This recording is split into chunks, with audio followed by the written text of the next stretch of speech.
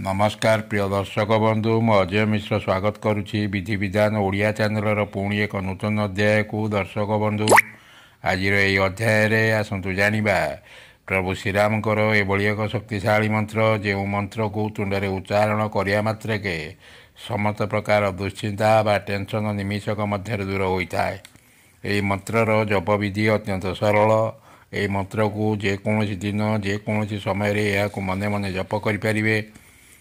केवल जे मंत्र चिंता दूर करें ता नुहे यही मंत्र जप कर समस्त प्रकार मनस्कामना पूर्ण होता है। यही मंत्र जप कर कौन प्रकार विधि बा बंधन नहीं। आपण यही मंत्र को शोवा बेले बसवा बेले चलवा बेले कम करा बेले यात्रा करा बेले जेकोसी समय जेकोसी मुहूर्त आपण यही मंत्र को जप करें। यही मंत्र जप करने द्वारा समस्त प्रकार दुश्चिंता मानसिक अवसाद टेंशन निमिषक मध्य दूरे जाता है।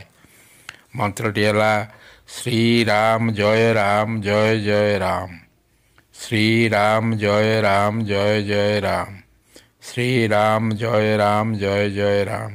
दर्शक बंधु जदि वीडियोटी भल लगी थाए तेरे चैनल को गोटे सब्सक्राइब करूँ, वीडियोटी की गोटे लाइक करूँ, कमेंट बॉक्स में लिखि दिंतु। जय श्री राम। रोचे धन्यवाद। नमस्कार।